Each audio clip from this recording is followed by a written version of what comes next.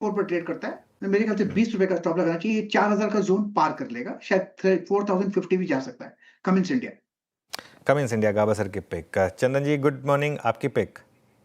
बिल्कुल केन्स पे फोकस करेंगे। पिछले 4-5 दिनों से काफ़ी अच्छा मूवमेंट है और ये लगातार पिछले 5-6 दिन से हाई टॉप हाई बॉटम के सीक्वेंस को इंटेक किए हुए हैं। वीकली चार्ट में भी काफ़ी अच्छा एक बुलिश कैंडल इस वीक बन रहा है जो इंडिकेट कर रहा है कि नए ब्रेकआउट्स यहाँ पे बनने चाहिए। तो केन्स टेक्नोलॉजी पे खरीदारी की सलाह है। 6770 सपोर्ट रहेगा, ऊपर में लगभग 7050 तक के टारगेट यहाँ पे अनफोल्ड होते हुए नजर आएंगे। जी केन्स टेक्नोलॉजी याद रखिएगा, ये CY25 की कैलेंडर वर्ष 2025 के हाईस पर आ चुका है। अब क्लियर ब्रेकआउट है। मानस आपका ट्रेड क्या होगा? देखिए एशियन पेंट्स पे ध्यान है मेरा, क्योंकि एशियन पेंट्स बिल्कुल तैयार है एक फ्रेश ब्रेकआउट के लिए। चार्ट्स पे करंट लेवल्स पे एशियन पेंट्स पे खरीदारी करने की राय रहेगी। 2559 का आपको स्टॉप लॉस लगाना है, 2559 का ये कैश लेवल्स है। और 2675 2675 तक के टारगेट पॉसिबल है एशियन पेंट्स में। ऑप्शन ट्रेड लेना चाहे तो 2600 वाला कॉल ऑप्शन ले सकते हैं। 53 रुपीज पे ट्रेड हो रहा है। इसमें आपको 39 रुपीज के स्टॉप लॉस से खरीदारी करनी है और 85 रुपीज के टारगेट सेट करने हैं। ओके, आशीष पैती जी आपका ट्रेड एशियन पेंट्स के बाद? जी वीरेंद्र जी, सीजी पावर में खरीदारी की सलाह रहेगी। हमें लग रहा है कि यहाँ पे ब्रेकआउट सस्टेन कर रहा है और कंटिन्यूसली बाइंग इंटरेस्ट देखने मिल रहा है। तो 735 का स्टॉप लॉस लगाकर यहाँ खरीदारी की सलाह है। ऊपर में हमें लगता है इसमें 755 और 770 तक का टारगेट देखने मिल सकता है। प्रशांत जी आपका ट्रेड ओपनिंग में? अनुज जी, यहाँ पे गोदरेज प्रॉपर्टीज का स्ट्रक्चर बहुत अच्छा लग रहा है। इसकी वजह ये है कि एक series of lower top lower bottoms और एक क्लियर कट डिस्ट्रीब्यूशन के बाद कुछ आसार नजर आ रहे हैं बॉटम फॉर्मेशन के, और 20 डेमा पे सपोर्ट नजर आ रहा है। तो ये 2010-15 के जोन में बाय करने की सलाह होगी। मैं स्टॉप लॉस रखूंगा 1990 1990 स्पॉट लेवल, और जो टारगेट में देख रहा हूँ वो होगा 2065 से लेके 2075, 2075। ओके, राजेश सातपुते जी आपने क्या पिक किया? मुझे देखिए, मेरी नजर सीडीएसएल के चार्ट के ऊपर है। मुझे लगता है आर्ली चार्ट पे यहाँ पे एक अच्छा रिवर्सल दिख रहा है। प्रोबेबली ये मोमेंटम कंटिन्यू होगा करीबन 1580 तक, 1580 से लेकर 1600। So at a level of 1530 it's a buy in CDSL. Stop loss होगा 1500 का। ओके चलिए, तो ये इस समय कुछ ट्रेड्स। मीनवाइल दो स्पेसेस और जहाँ पर बाइंग शुरू हो रही है अब वो हैं, एक है डिफेंस और एक है selective railway pocket. Defence actually ज़्यादा, रेलवे में तो अभी इतना नहीं है मूव, सिर्फ एक IRFC है, लेकिन डिफेंस में थोड़े से मूव्स आने शुरू हुए हैं। हैल में अच्छा मूव आया और उसके अलावा भारत डायनामिक्स, यहाँ पर भी अच्छे मूव्स इस समय आपको दिखाई देंगे। पार्थिव, डिफेंस कोई पिक है क्या आपकी इन लेवल्स पर? यस, आई थिंक सबसे बढ़िया हमें लग रहा है कि भारत इलेक्ट्रॉनिक्स लिमिटेड रहेगा। इस कंपनी की अगर कंसिस्टेंसी देखें, और सबसे बड़ी बात यह है कि डिफेंस में ऐसा नहीं है कि कोई एक पर्टिकुलर वर्टिकल पे डिपेंडेंट है। मल्टीपल जॉइंट वेंचर्स है। टेक्नोलॉजिकल इनोवेशन देखें तो ये कंपनी ने बहुत सारे नए प्रोडक्ट्स लॉन्च किए हैं। और आई थिंक डिफेंस में कम्युनिकेशन रडार सिस्टम बहुत इंपॉर्टेंट पहलू है। तो यहाँ पे कंपनी के पास ओवरऑल अगर टोटल ऑर्डर बुक की टैली देखें तो it's around almost 85,000 crore. Execution की क्षमता भी बहुत स्ट्रांग है। और मैं पूरे डिफेंस सेक्टर के स्टॉक्स के साथ अगर इसकी तुलना करूँ तो in terms of execution, in terms of margins और in terms of cash flow generation सबसे बेस्ट भारत इलेक्ट्रॉनिक्स लिमिटेड है। और मुझे लग रहा है आगे जाते आई थिंक ये कंपनी के अंदर बहुत सारे नए प्रोडक्ट्स, बहुत सारे नए टेक्नोलॉजिकल टाइप्स आने वाले। तो उस लिहाज से भी मुझे विजिबिलिटी अच्छी लग रही है। तो BL would be the most preferred stock. Okay, Nifty देखिए 24,800 850 के जोन में थोड़ा फिर फंसता हुआ और अब 24,794 पर। एक बार ओला लेकर आइए। 4% इस समय मार्केट में टॉप ट्रेडेड स्टॉक है ये। 4% अब ओला नीचे इस समय। कल भी गिरावट थी इसमें बड़ी। ऑब्वियसली इससे पहले बहुत बड़ी रैली हुई थी, 44 से लेके आई थिंक वन वे ये 70 तक स्टॉक भागा था। पार्थिव क्या व्यू रहेगा इस स्टॉक पर? एक महीने में 50-52% का रिटर्न दिया, लेकिन क्या इन लेवल्स पर जिनके पास है वो बुक करें, जिनके पास पहले से है वो क्या करें? सी आई थिंक एक बहुत ही डिफिकल्ट कॉल है, बिकॉज कंपनी आने वाले 1-2 साल में कैसा एग्जीक्यूशन करती है। बिकॉज उनकी जो गीगा फैक्ट्री जो शुरू हुई है specially for the battery cell manufacturing, उससे कितना कॉस्ट कॉम्पिटिटिव ये कंपनी हो सकती है। और हम जानते हैं कि टू व्हीलर जो स्पेस है जिसमें EV सेगमेंट है, वहां पे कॉम्पिटिटिव इंटेंसिटी बहुत बढ़ गई है। वी हैव सीन कि लाइक्स ऑफ TVS ने उनके टू व्हीलर EV में ओला को भी काफी पीछे कर दिया है। Ather is also coming out with new products. तो मुझे बहुत ही डिफिकल्ट लग रहा है कि ओला के लिए बहुत बड़ा एग्जीक्यूट करके I think they can again regain the past glory of the leadership. और आज की तारीख में भी ऑपरेशनली ये कंपनी ब्लीडिंग है, तो यहाँ पे कब तक ब्रेक इवन होता है उसकी विजिबिलिटी नहीं है, और मुझे लग रहा है फंड रेजिंग की भी जरूरत रहेगी। तो ये सब देखते हुए जो नीचे से जो रैली आई है, वो जो भी पॉजिटिव फैक्टर्स है वो फैक्टरिंग कर रही है, तो यहाँ पे मैं बाई की सलाह नहीं लूंगा, रादर जिन्होंने नीचे के स्तर पे लिया है तो it will not be a bad idea to profit book here. जी ये है ओला इलेक्ट्रिक पे आपका व्यू। इस बीच दो बैंक्स लेके आई है। देखिए बैंक निफ्टी में हालांकि वो करिश्माई कोई अंदाज है नहीं आज, इसमें कोई दुराय नहीं है, जो एटलीस्ट कल ओपनिंग के वक्त था। एक सेकेंड 163। दो बैंकों में अगर मैं प्रेफर करूं तो आरबीएल ने जितना क्लियर, कितना स्मूथ ब्रेकआउट दिया कि पूछिए मत। आशीष, मैं इनफैक्ट बीते 10 मिनट से हिचकिचा भी रहा था। आई मीन 271 पे था ये रोलिंग में, तब मैं बात करना चाह रहा था लेकिन करी नहीं, बट इट्स 277। क्लियरली एग्रेशन है, फ्लैग में एग्रेशन है और हायर ट्रेजेक्टरीज को होल्ड कर रहा है। और मोस्ट स्पेशली ये फरवरी नहीं, ये जनवरी 2024 के बाद कब तक का सबसे हाईएस्ट लेवल। आपका टेक इस पे? जी वीरेंद्र जी, थोड़ा सा कॉशियस रह के ट्रेड करने की सलाह रहेगी। आरबीएल बैंक में मूव बहुत बड़ा आया, लेकिन ये स्टॉक बैन में रहता है और अभी भी शायद बैन में ही ट्रेड कर रहा है।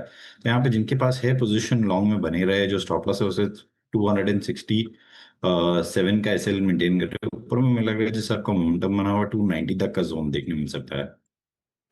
ओके चंदन, कैम्स पर कोई व्यू होगा क्या आपका?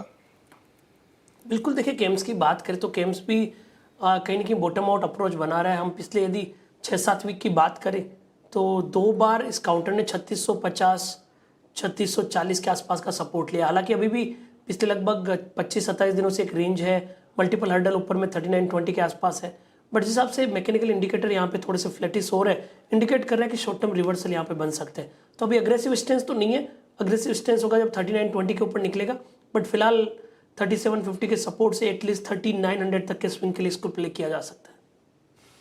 ओके एक और स्टॉक थोड़ा हाई रिस्क की स्टॉक है, लेकिन एक बार आरबीएनएल देखिए, यहाँ पर भी थोड़ा सा मोमेंटम आ रहा है। ध्यान रखिएगा, आपको पिछले मंगलवार को इसमें बड़ा मूव आया था और उसके बाद थोड़ी सी 2 दिन की प्रॉफिट बुकिंग थी, लेकिन आज फ्रेश मूव। राजेश जी, एक बार आरबीएनएल देखिए, रेलवे स्टॉक्स में थोड़ी सी बाइंग लौट रही है, कोई व्यू स्टॉक पर? देखिए अनुज जी, मुझे लगता है आरबीएनएल का जो इम्पोर्टेंट सपोर्ट था, मैं स्विंग ट्रेडिंग की बात करूँ, तो वो करीबन 315 से 318 का। तो मुझे लगता है एग्जैक्टली इसी सपोर्ट जोन से आरबीएनएल पलटा है, तो एज ए स्विंग ट्रेडर यहाँ पे ट्रेड बनेगा। स्टॉप लॉस आपका होगा 315 के नीचे, प्रोबेबली 314 का स्टॉप लॉस रखे आरबीएनएल स्विंग ट्रेडिंग के लिए बाय करें। इसका स्विंग का टारगेट बनता है 335 टू 340 का। ओके अब आशीष चतुर मोहता भी जुड़े हैं हमारे साथ, उन्हें जोड़ लेते हैं पैनल में। आशीष, गुड मॉर्निंग। आशीष, अब आज थोड़ा सा मार्केट और मैच्योर रिएक्शन दे रहा है जीएसटी कट के बाद। आपकी प्रेफर्ड इन्वेस्टमेंट बेट क्या होगी इस समय? जी, तो अनुज, मुझे लगता है कि देखिए थोड़ा सा होटल सेक्टर्स के अंदर में हमें काफ़ी पॉजिटिव एक ट्रेंड नज़र आ रहा है, और वहाँ पर पे ऐसे होटल्स जिनका एक्सपोजर थोड़ा सा मिड सेगमेंट को सर्विस करने में लगा हुआ है, तो जहाँ पर पे खास तौर पर जो रूम रेट है वो 7500 के नीचे हो, तो ऐसे में लेमन ट्री हमें एक बहुत ही बढ़िया ऑप्शन नजर आता है, क्योंकि इनका जो पूरी 212 जो करीब ये मोटा मोटी 7500 के नीचे के एवरेज रूम रेट्स है, और यहाँ पर पे जीएसटी का एक बहुत बढ़िया बेनिफिट देखने को नजर आ रहा है। कंपनी बहुत अच्छे एक्सपेंशन मोड 2000 तक करने की तैयारी कर रहे हैं, और उसमें भी 70% जो आप देखेंगे 28 तक जाते जाते 70% जो कैपेसिटी है वो एसेट लाइट यानी कि मैनेजमेंट कॉन्ट्रैक्ट के थ्रू रहेगी, तो उसकी वजह से भी मार्जिन्स में एक अच्छा इंप्रूवमेंट आएगा। इस सबको ध्यान में रखते हुए मुझे लगता है कि लेमन ट्री एक अच्छा प्ले हो सकता है। टेक्निकली 165 पे बहुत बढ़िया सपोर्ट है, और ये सपोर्ट लेवल स्टॉक होल्ड करता है, तो मेरा मानना है 210 तक की ट्रेजेक्ट्री लेमन ट्री के स्टॉक में भी देखने को नजर आ सकती है। कॉल आशीष जी आपकी बहुत अच्छी है, बस दिक्कत यही है कि 7500 से नीचे का कमरा मिल ही नहीं रहा, बस दिक्कत यही है। खैर, लेमन ट्री आपकी कॉल 171.95 पे ट्रेड करता हुआ। निफ्टी थोड़ा सा रिट्रेस हुआ 24780 पे, और बैकफुट पे क्या क्या है आज, जरा एक बार थोड़ा सा प्रेशर जो स्टॉक्स डाल रहे हैं उनको देखते हैं एक बार। आईटीसी बैकफुट पे है, complete collapse, Varun Beverages, Nestle, Marico, Colgate, Britannia, Tata Consumer, HUL, Dabur. Anuj, आज क्रमबद्ध तरीके से यहाँ पे अनुज ऐसा लग रहा है सबको एक लाइन में खड़े होने के लिए बोला गया है ना? नहीं नहीं बिल्कुल। और देखिए सब- इतनी इतनी बड़ी रैली इन सब में हो चुकी है, थोड़ा सा प्रॉफिट बुकिंग आनी है, लेकिन अब ये प्रॉफिट बुकिंग ही मौका देगी आपको। यहीं पर अब आपको थोड़े से देखिए, कल और परसों से मैंने एक व्यू ये लिया है कि कंजम्पशन में ट्रेडिंग प्रॉफिट बुक कर ले, जो आपने 2 महीने पहले से या 1 महीने पहले से पोजीशन बनाई है। लेकिन अब हर डिक्लाइन पर इनमें एसआईपी करने का समय है, क्योंकि सबसे ज़्यादा जो अर्निंग्स का मोमेंटम है ना, वो आपको इसी स्पेस में मिलेगा। अच्छी बात है, करेक्शन हो रही है, थोड़ी सी प्रॉफिट बुकिंग आ रही है, तो लोअर लेवल पर आई थिंक वापस री एंट्री करने का आपको मौका मिलेगा यहाँ पर। जी हाँ, ये है एफएमसीजी पर एक व्यू। और अब एक काम करते हैं, कुछ और स्ट्रॉन्ग कैंडिडेट्स को निकालते हैं यहाँ पे, जहाँ पे अच्छी खासी तेज़ी बनी हुई है। ग्लेनमार्क में आज एक बहुत ही क्लियर कट ब्रेकआउट है स्क्रीन पे अबव ऑल मूविंग एवरेजेस, और ऑलमोस्ट 17 जुलाई से चली आ रही स्लोपिंग डाउनवर्ड चैनल को ये बाइसेक्ट करता हुआ आप ग्लेनमार्क देखिए। उसके बाद अभी अभी स्क्रीन पे कहीं से लॉरस आया था, इट्स 882.70, ये भी बेहतरीन है, सेटअप इसका भी बहुत स्ट्रॉन्ग है। प्रशांत, आप अगर अपने फार्मा की स्कैनिंग करें अभी, तो आपको क्या इम्प्रेस कर रहा है?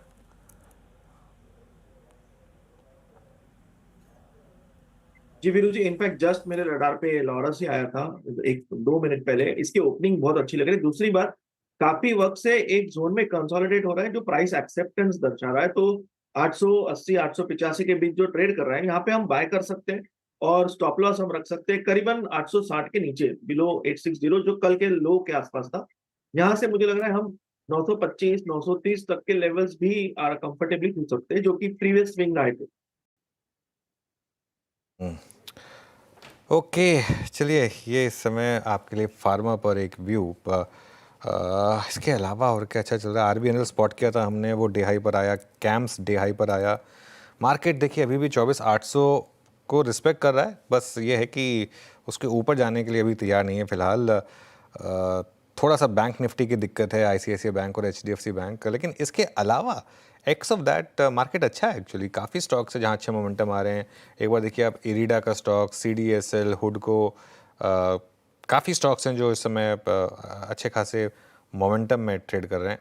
आईटीसी कल लग रहा था देखकर कि जो जीएसटी का फाइन प्रिंट है शायद थोड़ा नेगेटिव है उनके लिए, क्योंकि वो अक्टूबर के बियॉन्ड भी शायद जा सकता है, जो डिफरेंशियल है ड्यूटी का, उसकी वजह से। तो वो थोड़ा सा मार्केट के लिए शायद इसमें दिक्कत बढ़ाता हुआ स्टॉक करीब 2% आपको नीचे ट्रेड करता हुआ दिखाई देगा।